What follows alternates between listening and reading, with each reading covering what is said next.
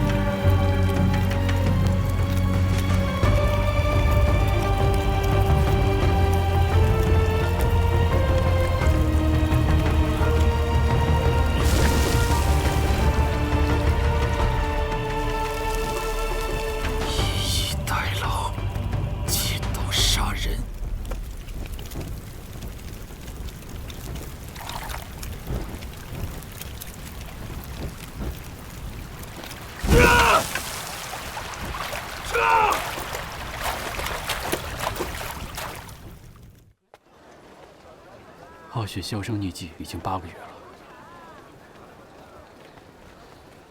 可能怕被我们缉拿，又把他调回楚国去了。我昨晚梦见死去的都城卫小卒，他说他抓到了浩雪。嘿，客官，您要的酒。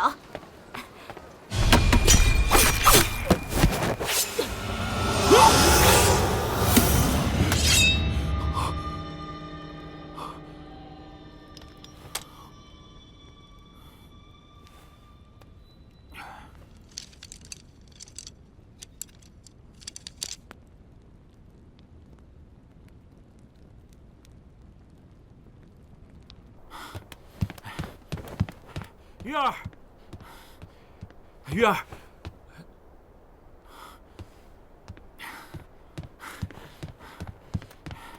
鱼。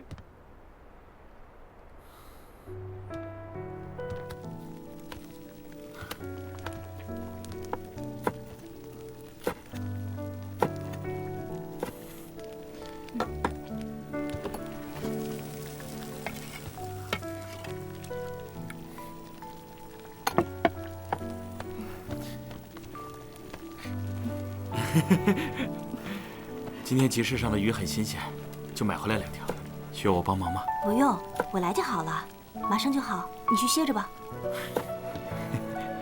如果每天的日子都这么好，那就太好了。那我歇着去了。至少我们今天过得很好。想那么远以后的事干嘛？月儿，以后我们每天都是这样的日子。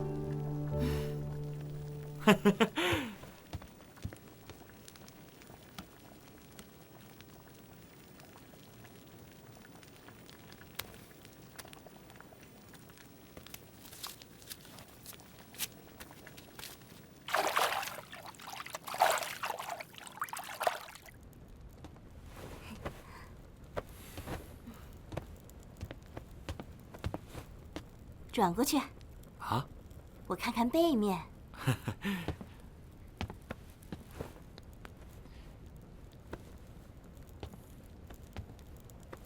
好看，这才是我的大英雄吗？嗯，真好看。劳烦你费心了。时候不早了，还是明日再做吧。就是这袖口，还得再改一下。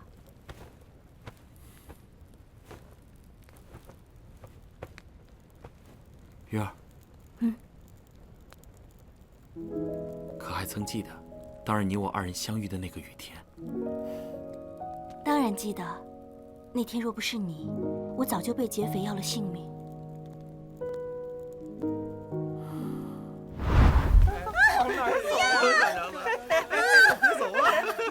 住手！光天化日，竟敢调戏民女！臭小子，调戏又怎么样？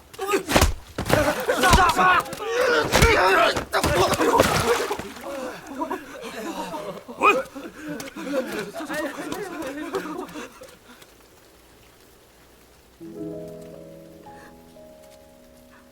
姑娘，没事吧？没事。见到你的那种感觉好特别，虽然你是偶然拔刀相助，但是感觉好亲切，就好像我们认识了好久一样。对，这是命中注定的，就像你我相遇。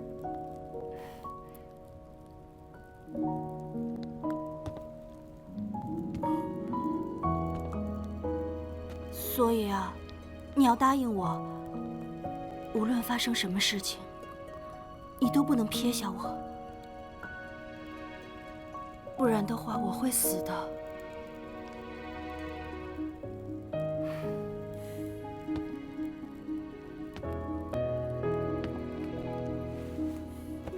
月儿，我答应你，这一辈子我们都会在一起。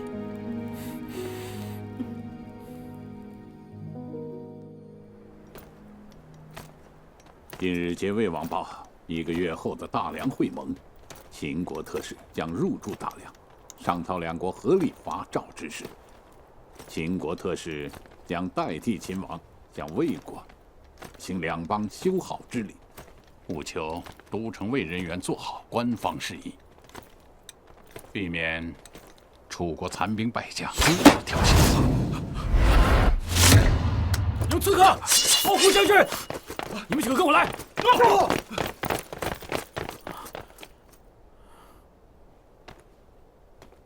将军，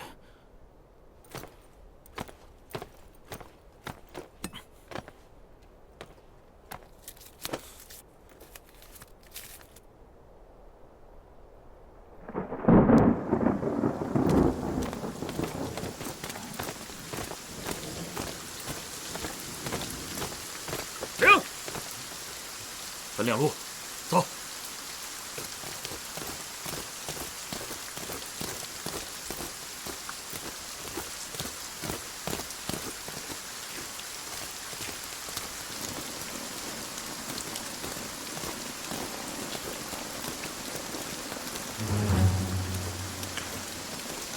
吴将军，哎，松手！站住！站住！站住！站住！站住！松手！别开开！都开开！怎么成？站住！开！留下！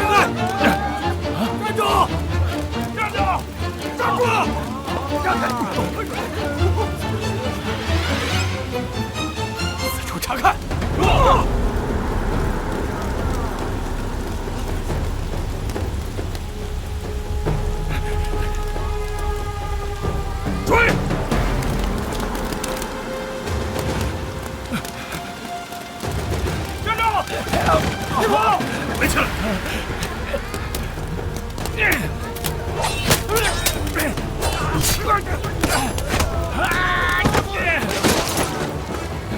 追！快追！追！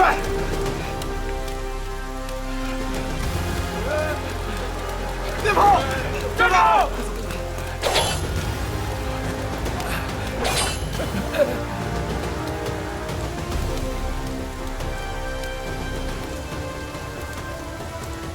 魏国都城卫在此，为何要逃？你们反水，他怎么知道我跟你们会面？他是谁？他是追！落！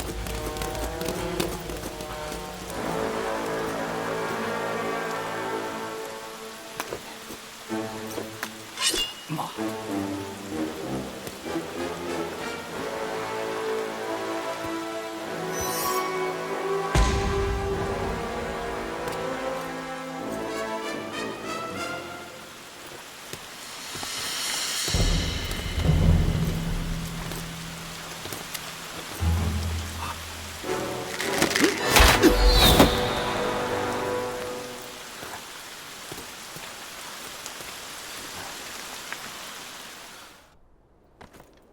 死者名叫司马超，原先是墨家弟子，因偷盗墨家的举子令而遭除名。目前，我们对他的情况不太清楚。他什么时候联络上你的？就在3日前，2月里9方蚩尤当天。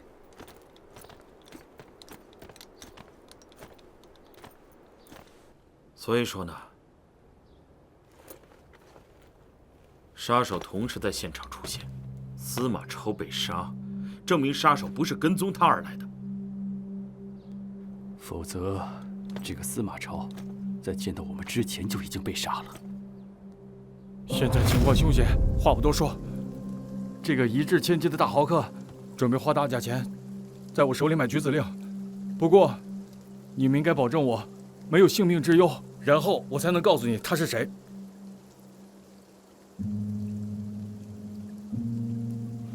可以，我可以答应你。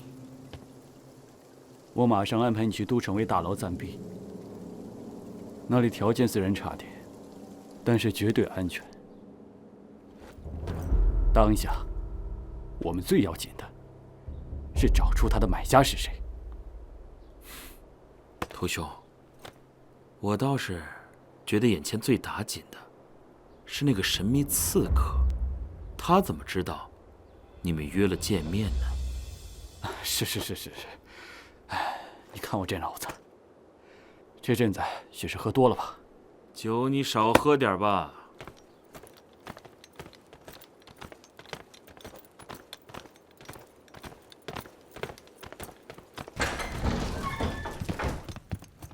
何大人，什么情况？大人请看，死者一箭穿心，直入心脏，行凶之人手法狠辣，射艺高超，下官倒是头一遭见。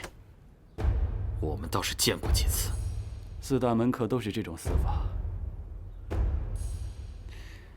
浩雪又出现了。走，搜查司马超府邸。诺。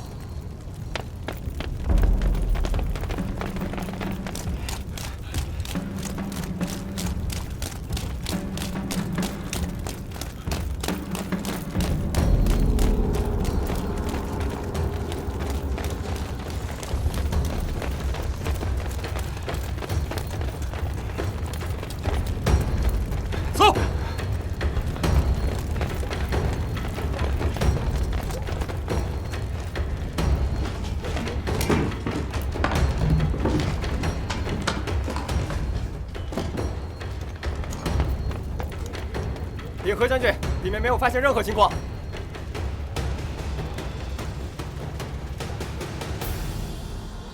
将军，属下无能。司马超藏身之处没有搜出和举子令有关的蛛丝马迹。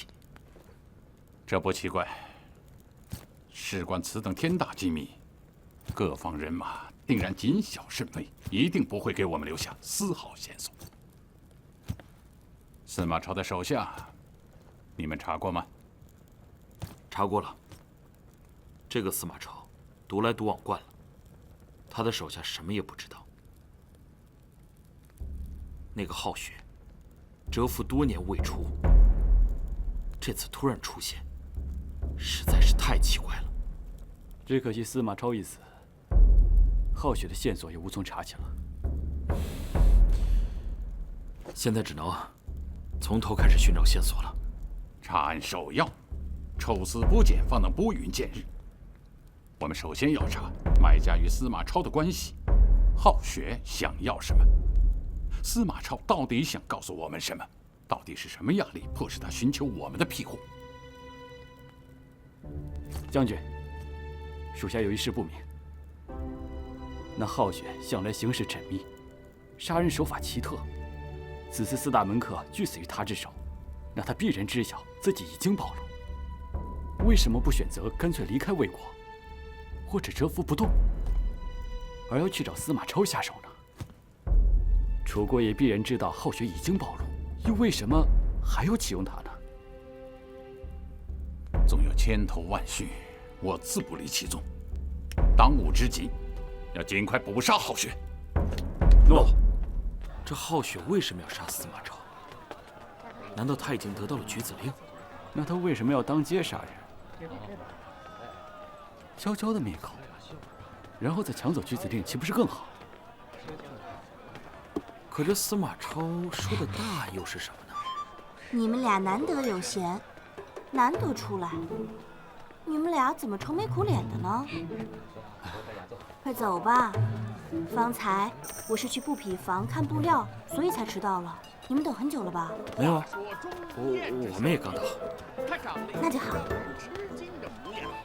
虽不像其他美女妃子那般能歌善舞，却也是智慧与勇气并存。当时那齐宣王是懦弱不堪，喜欢吹捧，不务正业。钟无艳他冒死请见齐宣王，陈述齐国危难，并指出如再不悬崖勒马，将会城破国亡。齐宣王大为感动，就把他看成是自己的一面宝镜，采纳了他的简易，为自己所用。且授令钟无艳带将出征，为国效力，终成佳话。来者何人？报上名来。废话连篇，先吃俺一锤！看皮影戏有那么乏味吗？他不是看皮影乏味，是一个人看乏味。那下次找人陪你看，不就有趣了？我有你们2个陪着还不够。啊，对了，我还得去趟布匹房，看看我要的布匹到货了没有。你们接着聊。好，我们就在这等你。去吧。去吧。齐宣王的事儿。你们什么时候成亲啊？下个月初8。那你打算什么时候告诉他你的差事？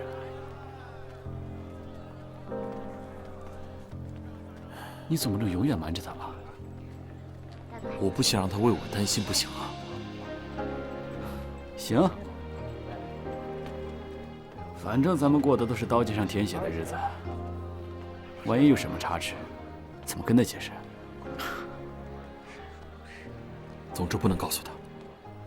为何？你不信任他吗？倒也不是，我觉得有些事，越是至亲之人，越是不能告诉。唉，我先回了，在这等你的有情人吧。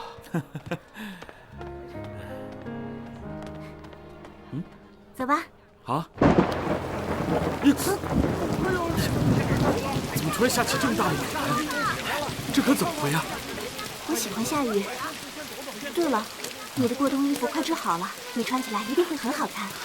是吗？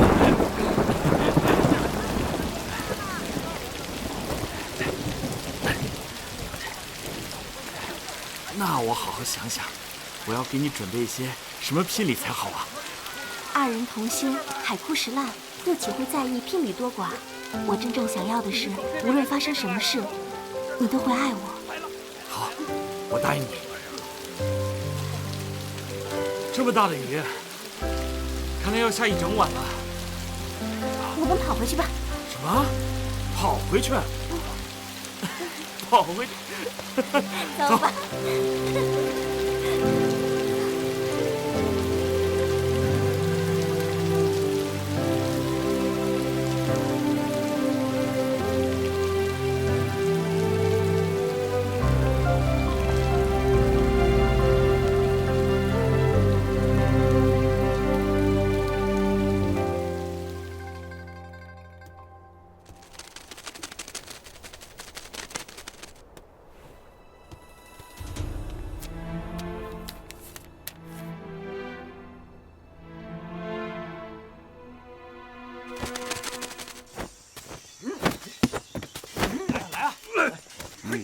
继续。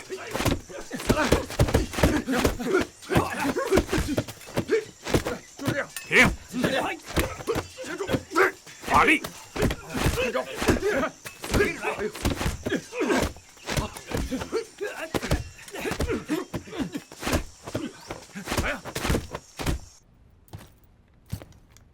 司马超生前曾给武备司监事金海送钱20斤。金海。以此看来，有一个人或许能告诉我们答案。谁？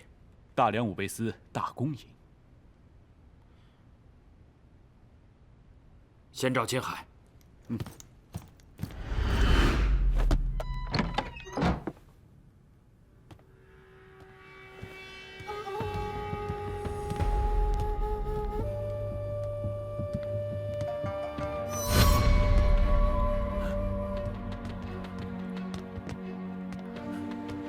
大梁武备司金海，正是本官。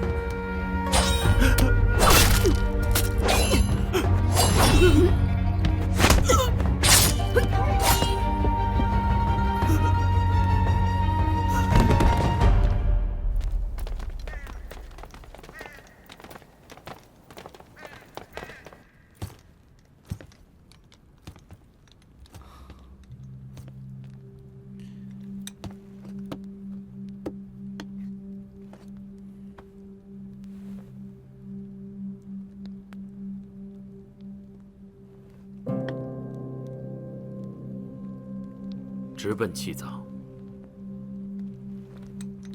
高手所为。你说，这举子令到底是何方神物？这举子令是墨家领袖的佩剑，相传这举子令乃制剑名家，采用天外玄铁精心打造，尖锋所到，所向披靡。这世上竟有如此神兵利器！我们获取了制作举子令的秘籍之后，已经仿造出另一支举子令。这金海跟司马超私下若有交易，那肯定是将仿品卖给了别有用心之人。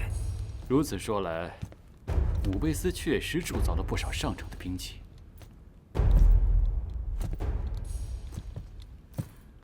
话说回来，这举子令若是碰上麒麟七色甲，会是怎么样？这世间万物呢，是相生相克。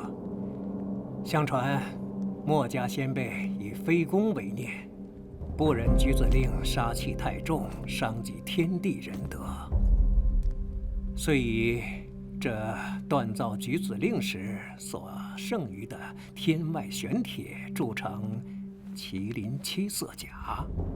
此甲锻造过程中加入7种罕见的金属，出炉后再由天蚕丝和以金缕精心编制而成。这甲穿于身上，可保性命无虞。你说，这举子令制成后存放在何处呢？这国之重器，岂会轻易示人？你为何能如此确认？因为想要调取举子令呢，必须同时拥有我们大王、大司寇、国相这3个人的亲笔手谕。经得本人查验无误，方能运走。不瞒二位，直至今天，在下才第一次看到这份手谕。你是说，橘子的今早被运出来了？对呀，已经运走。约中秦魏两国会盟，大王将向秦国使节展示这种神兵利器。哎，你怎么走了？站住！什么人？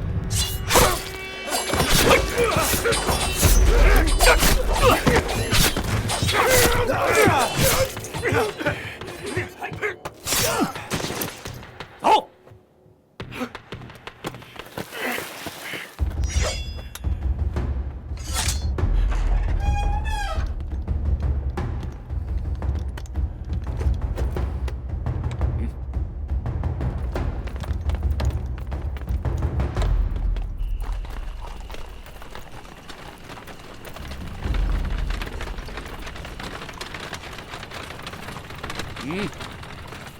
他们为何拦截我们？莫非是让都城卫跟咱们一起押运？都城卫跟他们有何关系？不清楚。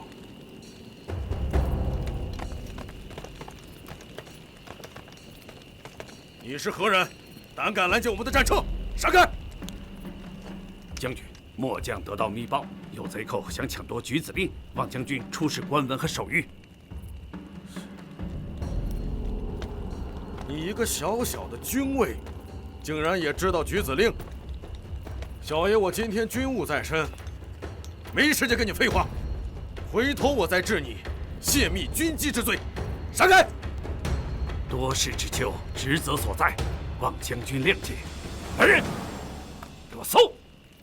胆敢违抗者，格杀无论！放肆！我看你们谁敢！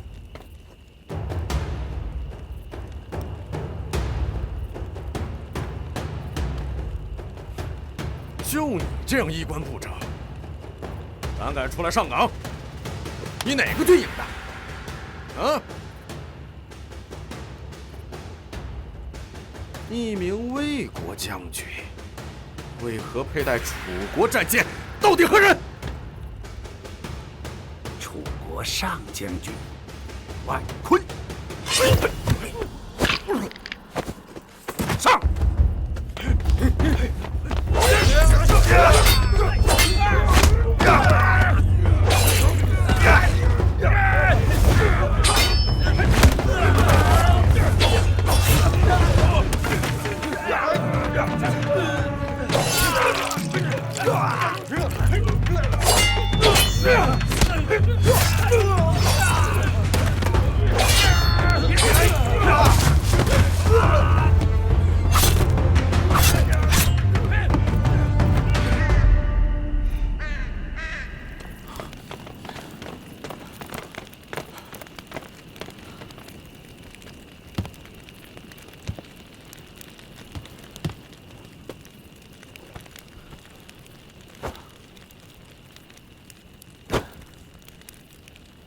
从道上来看，应该是楚国的都城卫所为。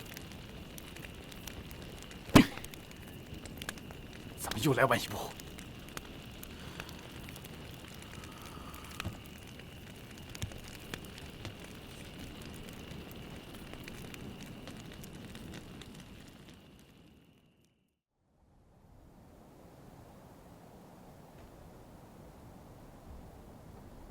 皓雪要司马超帮他找举子令，司马超便贿赂那个金海帮他偷。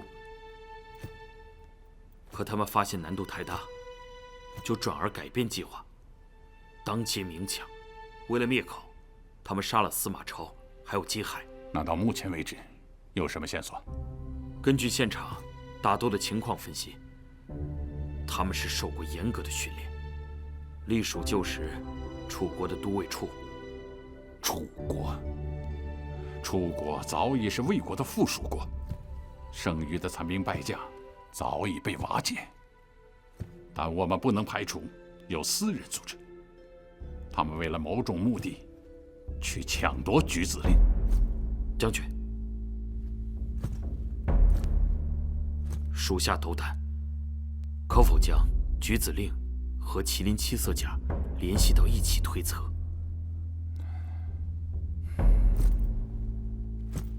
如果是这样，如果他们是为了会盟使行刺魏王，那我们的责任就大了。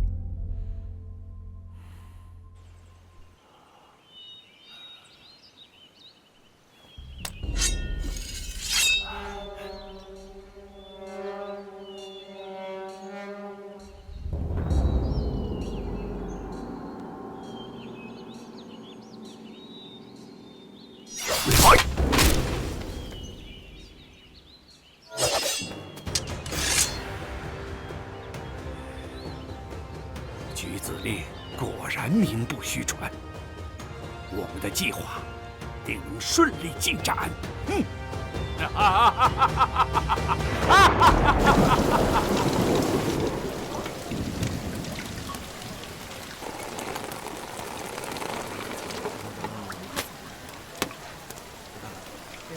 小二，哎，来了。 3两牛肉，2碗酒。好嘞。有没有发现什么？你就不觉得奇怪吗？您的牛肉。这已经是第3次了。司马超和金海，还有举子令被劫，每次总是慢了一步，好像他们知道我们的一举一动似的。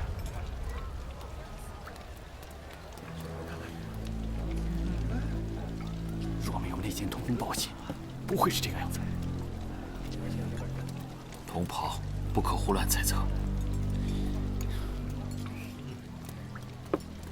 今天我们完全没有通知都造府，金海根本就不知道我们会去，但他就在我们抵达前被杀了。只有大公爷，你我知道，举子令被人抢走，以及司马超和金海被杀。 据表上报的事儿，咱俩再好好商量商量。嗯。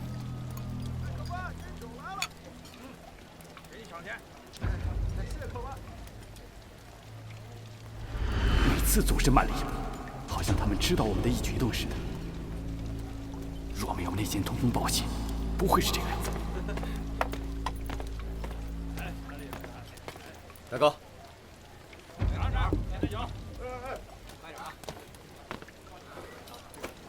大哥，什么事？有点事需要你帮忙。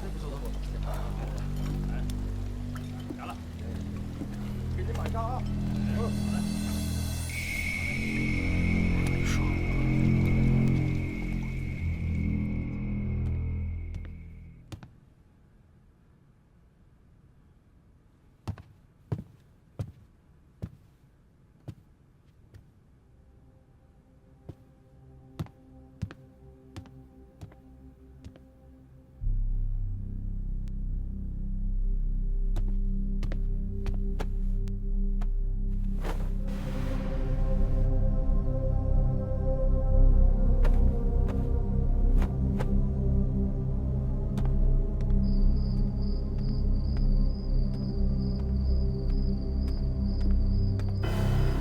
万将军，久违了。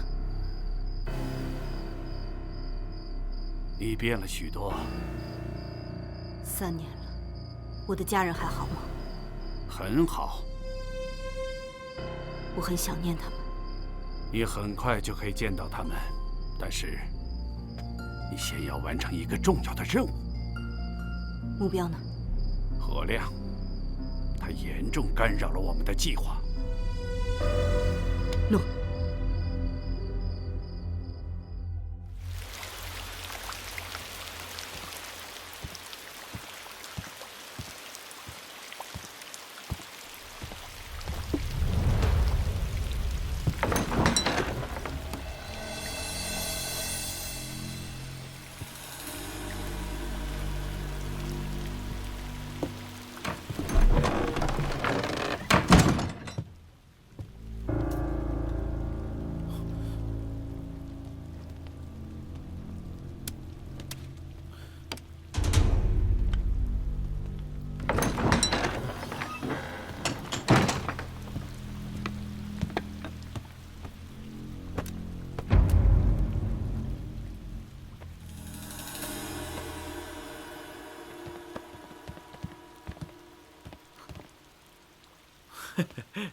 你怎么藏在这儿啊？吓死我了！你是刚刚才到吗？不，我来了一会儿了。哦，我不是跟你说了吗？来之前一定要告诉我。我把你的那些脏衣服都洗好了。你吃饭了吗？还没有。那你等我一会儿，我去做些吃的。好。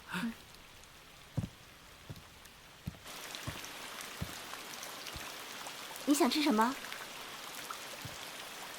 吃什么？那我可得好好想想。吃你。说正经的。我说的就是正经的。月儿啊，你什么时候才能搬进来啊？快了，我还没收拾好呢。那明日我帮你收拾如何？好。你搬进来就好了，我以后也不会那么孤单了。那我帮你去煮饭。说好，今天不吃饭，只吃你。明日，秦国的使节先行进入魏国都城，将为两国会盟做准备。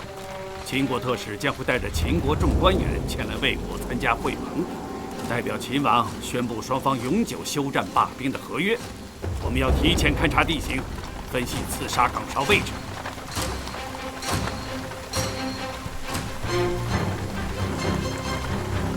大人，我们已经进入大梁了。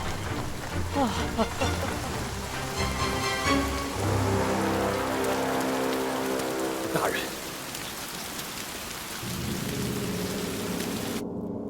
橘子令被劫，贼寇意欲何为尚不明确。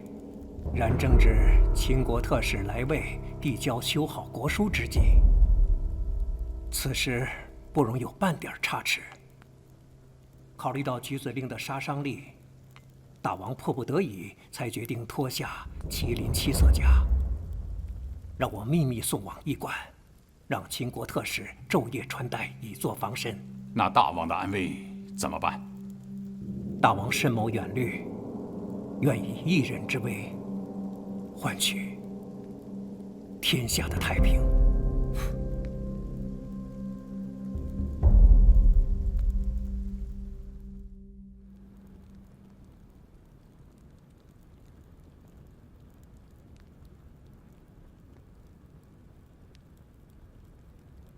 这魏王突然派人送来这麒麟七色甲，到底是何意呢？列国为王者，莫不富有四海，号令天下，猛将如云，谋士如雨。纵然如此，也有令他们寝食难安的担忧。担忧什么呢？望大人明示。所患者没有近身行刺，匹夫一怒，血溅五步，稍有不慎，则性命堪忧。若有了这麒麟七色甲，则可保安然无恙。所以列国王上，无不求之若渴。这魏王拥有这么好的甲，为何舍给我们？魏王颇有韬略，今日将麒麟七色甲交给我们试穿，名为防身，实则为我们暗示真正的实力。魏国攻守有序，可进可退，主动权都在魏王手中。万坤，楚国都尉处御前左将军，3年前攻占楚国时，他和一些死士下落不明，死不见尸。这些年，他们行事严密，外人对他们的行动知之甚少。这么说，浩雪是听命于万坤了？没错。你们去调查楚国都尉处御前左将军的余党，将万坤和这些亡命之徒的画像在全集市张贴。诺。楚国的残兵败将此刻抢夺橘子令，他们意欲何为？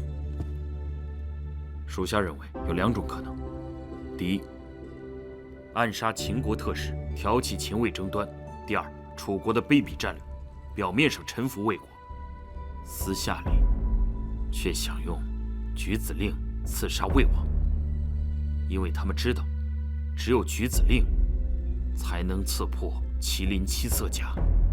在下认为，二者皆有可能。两件事情性质完全不同，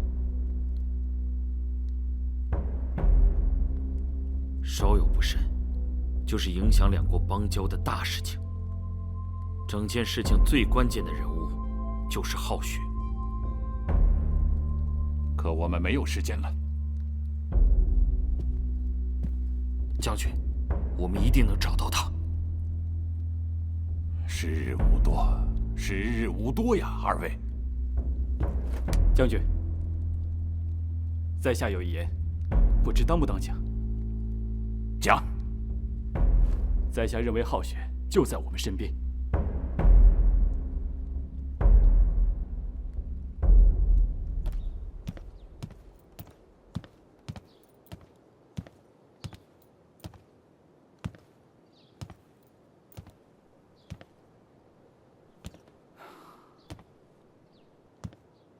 这件事不能再等了，咱们必须把他马上找出来。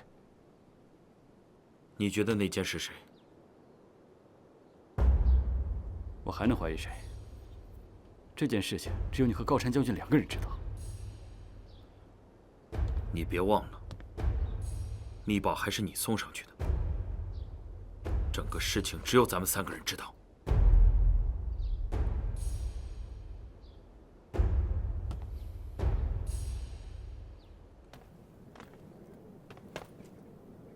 站住！都城卫有令，驿站100步之内不得靠近。走开！哎，过来，兄弟，来！事关机密，都是自己人。来，这边说话。来，兄弟，当兵不易吧？不易。哎，不易就好。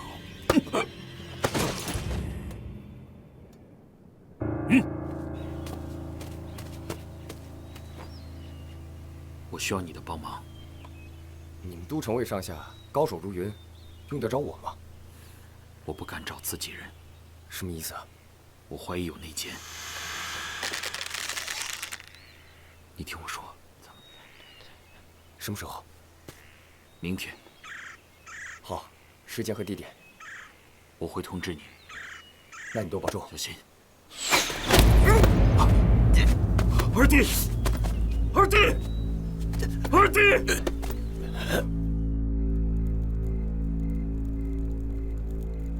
你兄弟还好吗？一定说他没有生命危险。司马超、金海、何永忠，我相信皓雪一定就在附近，我们这里一定有内奸。明明都是生死相随的袍泽兄弟，现在却搞得人心惶惶。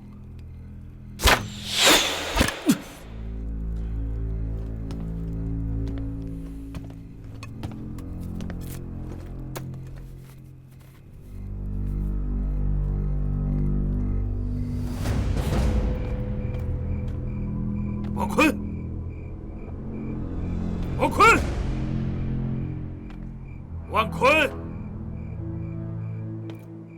出来！老友，精心给你准备的棺材，那么舒服，你不躺，够聪明。皓雪的剑，让你很失望吧？我要踏平楚国，血洗楚国，把魏国的刽子手逐一杀光。万坤，你到底想要什么？啊，不用心急。下一个死的，就是中军大人。希望你以后在他们死前的一炷香时间找到他们。哦，你爱吃鱼？啊，我买几条鱼送到你相好家里，你可收否？哼，如果你敢送，我会收下的。好，那就把你的命留到那个时候吧。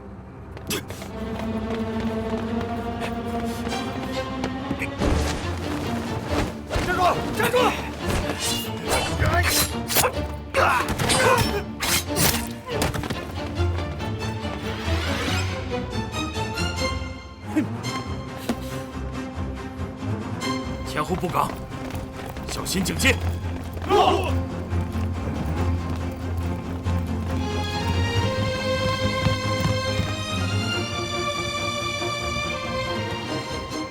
三更半夜，何人来访？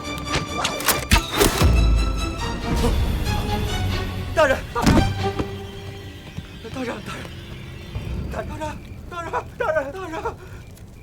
杀人了！杀人了！啊！快来人啊！大人，查！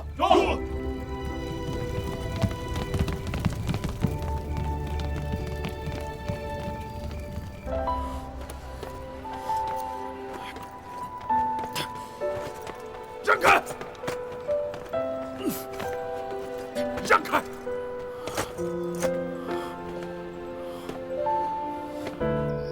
玉儿，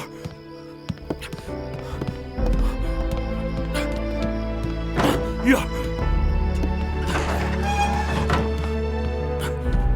玉儿，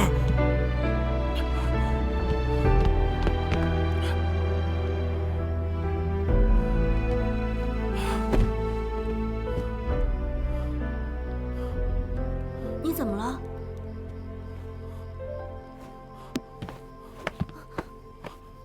你没事？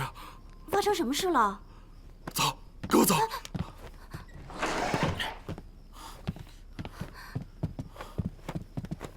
记住了，不要告诉任何人你在这里。到底发生什么事情了？听话，不要问那么多。可是我不想待在这儿。听话。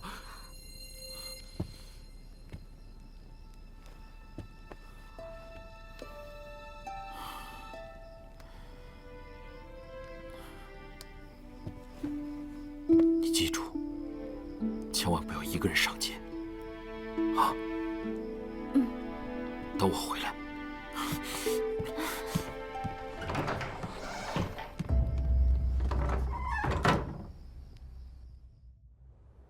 秦魏两国虽素来偶有嫌隙，纷争不断，然上天有好生之德。将军，两国王上亦怜悯百姓疾苦，愿停止干戈。有哥很清楚橘子令事件的人找我，他是皓雪的线人，想跟我们做交易。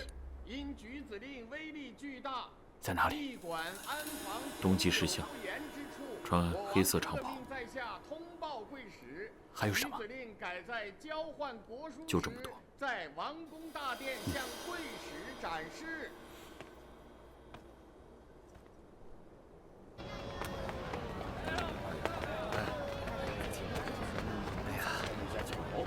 吃饭再转啊！哎，看看啊！来，来福字啊！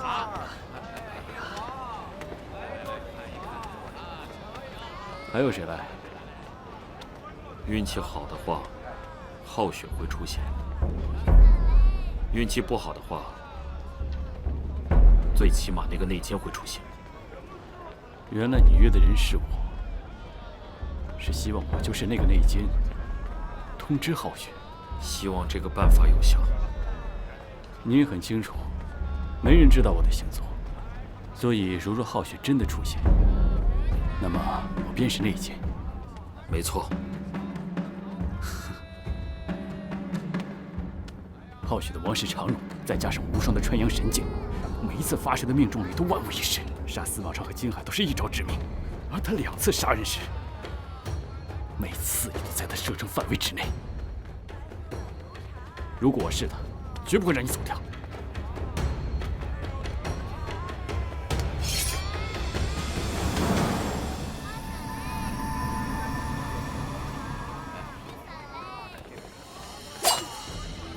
我一直把你当兄弟。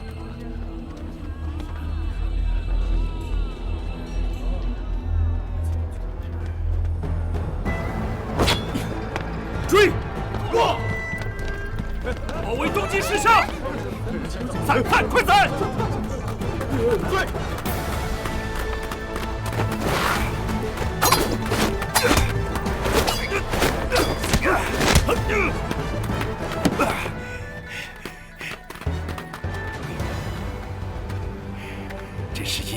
散，处处与我作对。今天轮到我送你棺材了，没那么容易。快走！小心！对。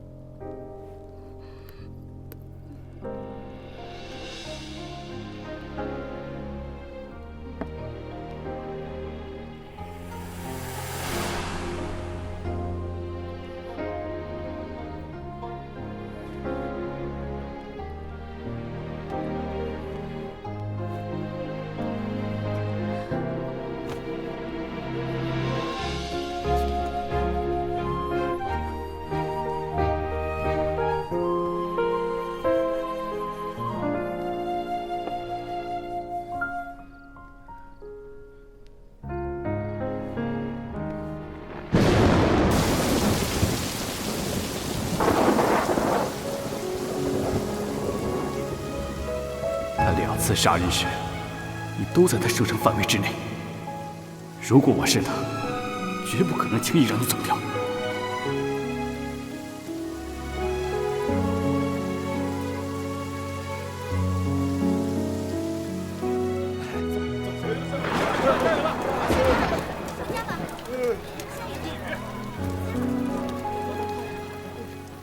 彻查严狱背景。得令。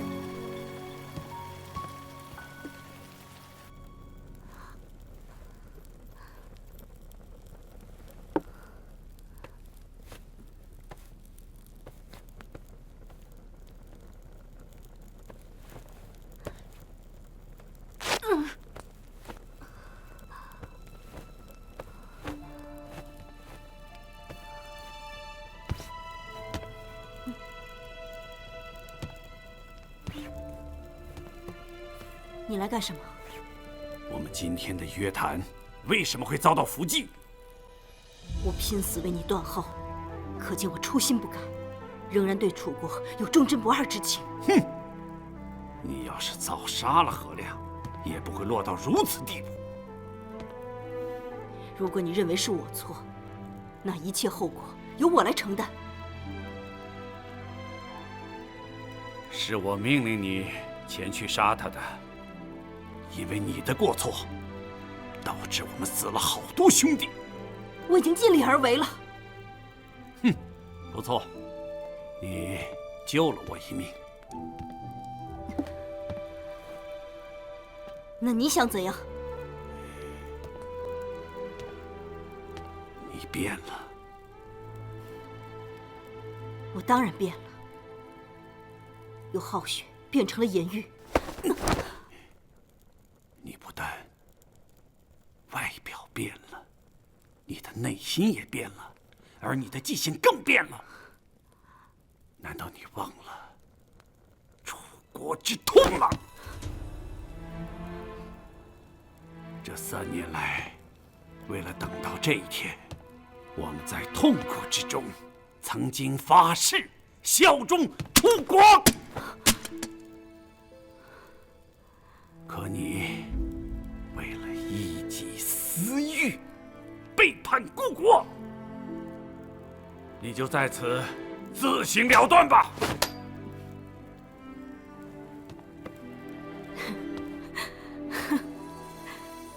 我真傻，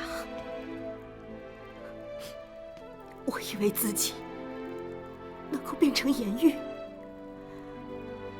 可我始终是皓雪。现在竟然还要杀死这世上唯一的爱人，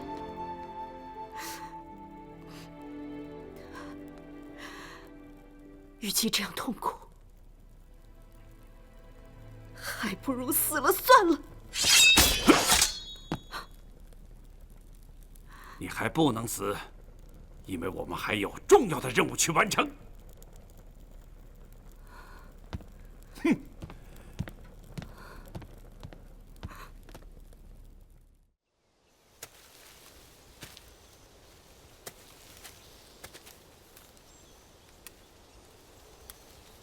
姑娘，我可以帮到你吗？你是从大梁来的吗？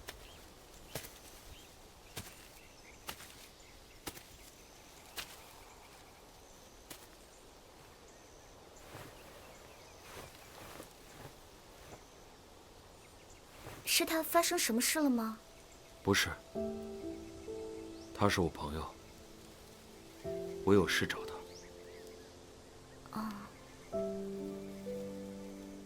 他以前在我家里住过，他对我特别好，就像亲姐姐一样。但是最近，他一直没有来看我，他是不是太忙，把我给忘了？他走的那天，天下着雨，他抱着我安慰我，跟我说对不起。可是我不明白，他为何跟我说对不起？他明明没有做什么对不起我的事情啊。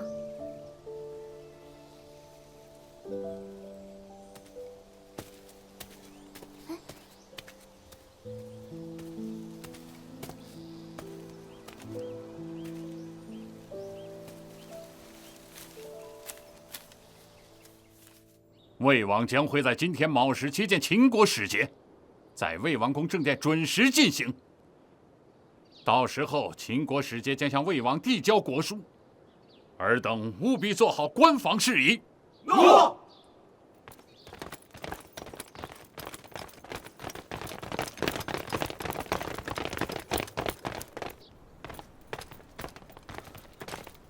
停。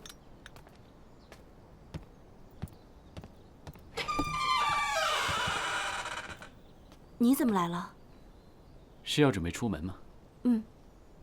我猜猜，你该不会是想去大王宴请秦使的酒席上讨杯酒吃吧？你说的什么？我听不懂。我与何亮共事那么久，但我们每一步计划都会被对手抢先知晓。慢慢的，我们相互怀疑对方，甚至给彼此下套。你们不是好兄弟吗？他要是知道你碰了他的女人，他会怎么对付你？对，不错。可你得是颜玉才能做他的女人。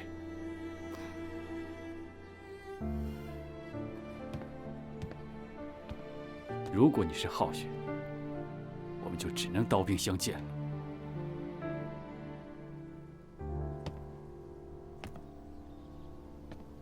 最近我开始怀疑我的搭档，也怀疑你。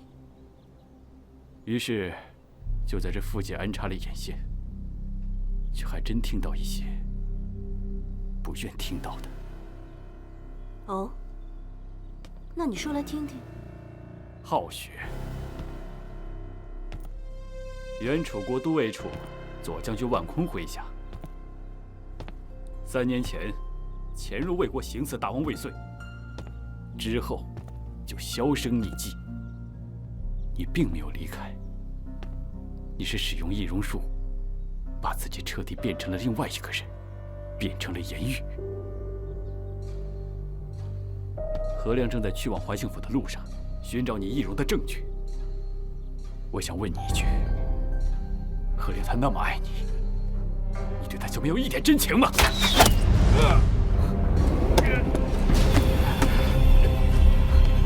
来人！站住！站住！前面的地方，走！快点！站住！地方，站住！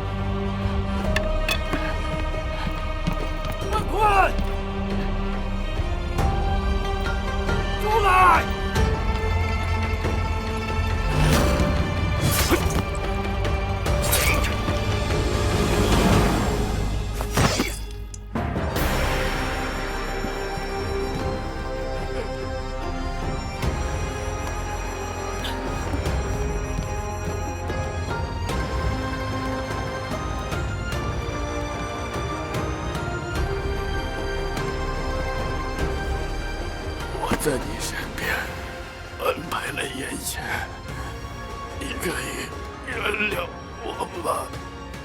我送你去医馆。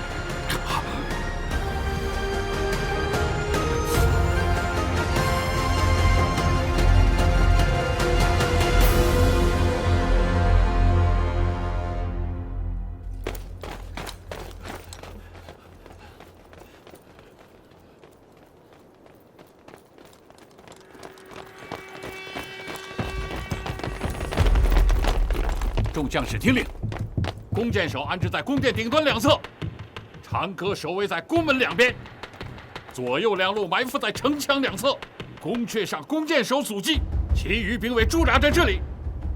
我们的人手务必在大王的9尺之内布控。诺。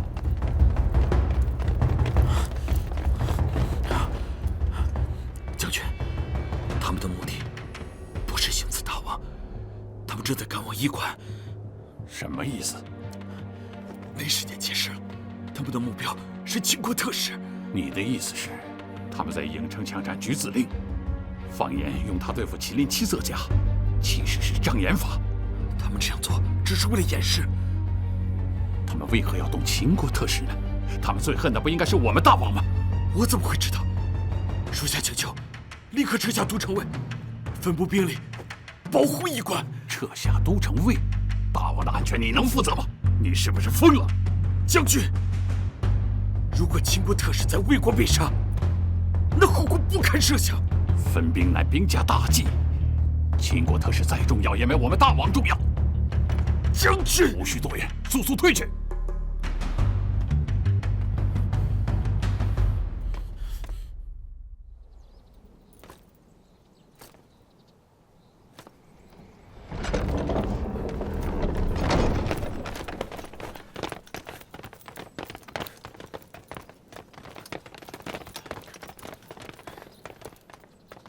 闲杂人等不得靠近，快走！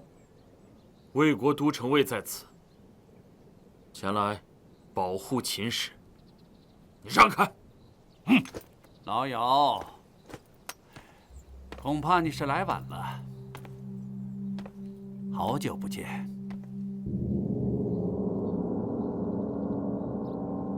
怎么，就你一个人吗？你的援军呢？还有，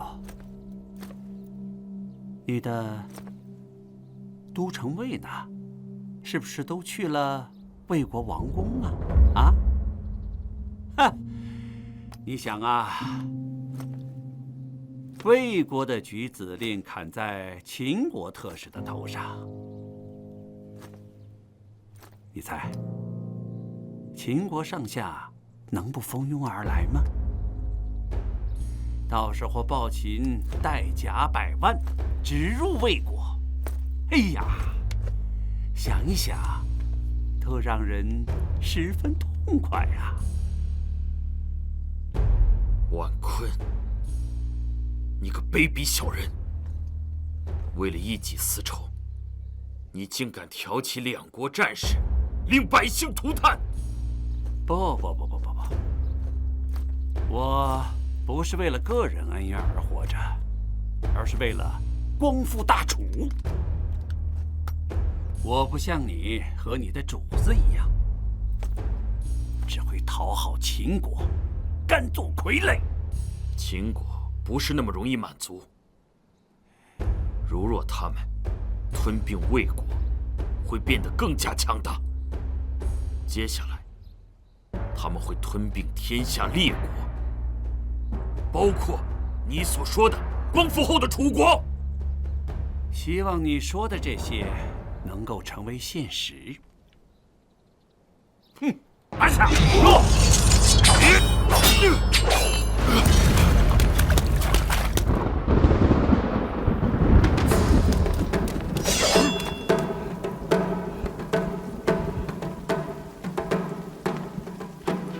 上！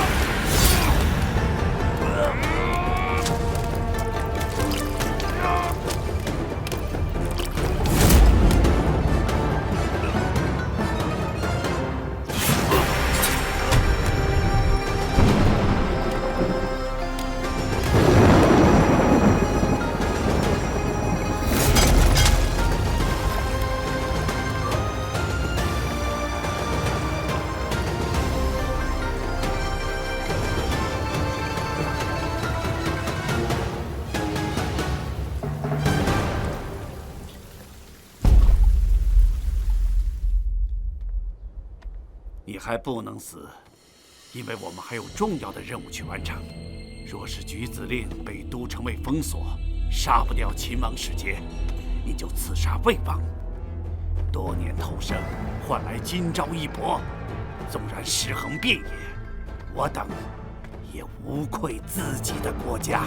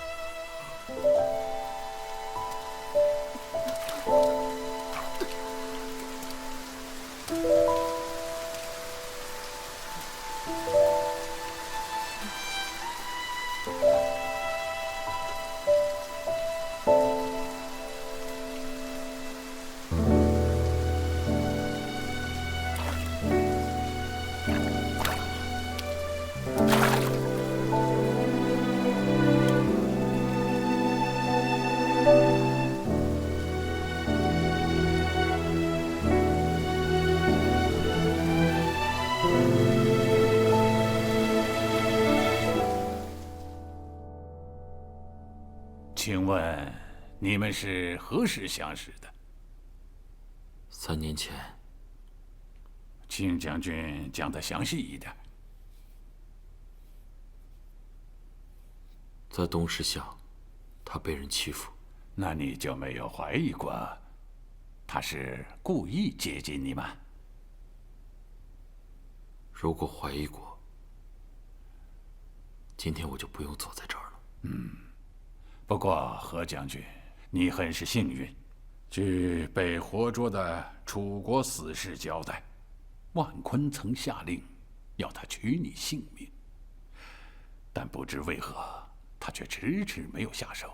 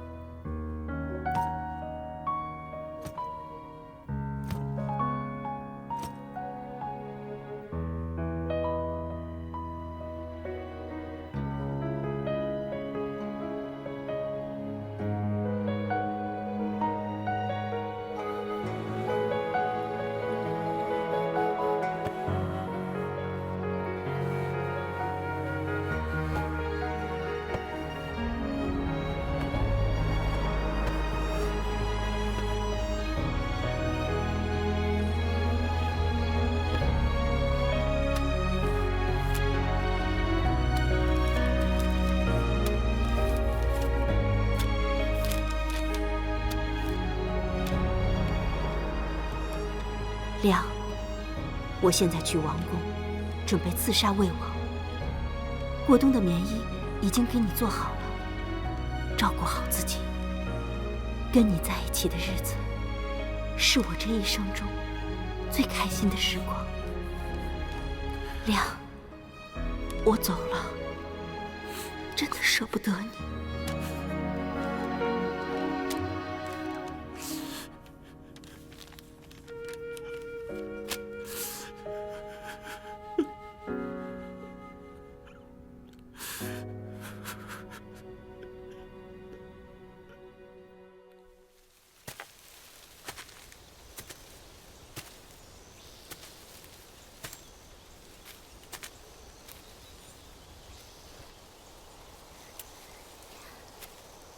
你还好吗？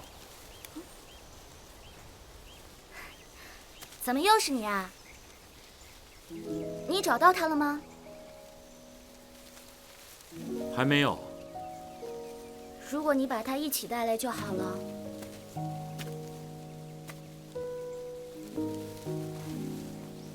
这个送给你。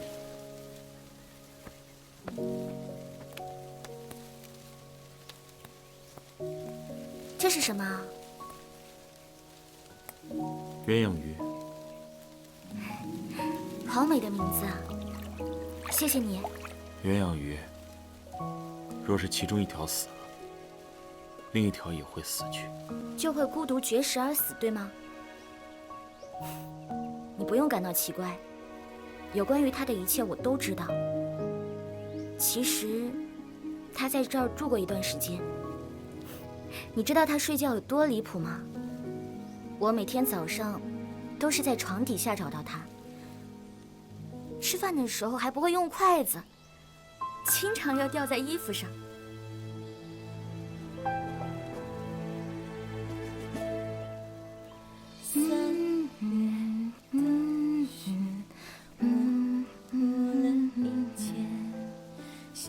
这是他最喜欢的歌。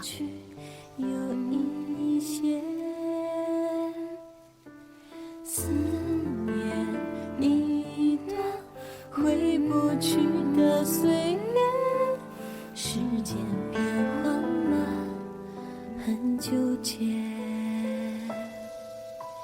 牵挂挣扎，道不过的时差，你把我的微笑给封杀。的谎话，抓住故事尾巴，想得越多越多，伤疤。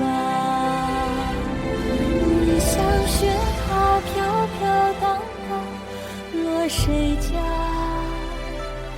我像回不去的那似水年华。如果风依然优雅，依然没有牵挂，我愿变成那颗渺小风沙。你像雪花飘飘荡荡落谁家？我像回不去的那似水年华。如果爱还会发芽，请听我告诉他，就算相信也会害怕。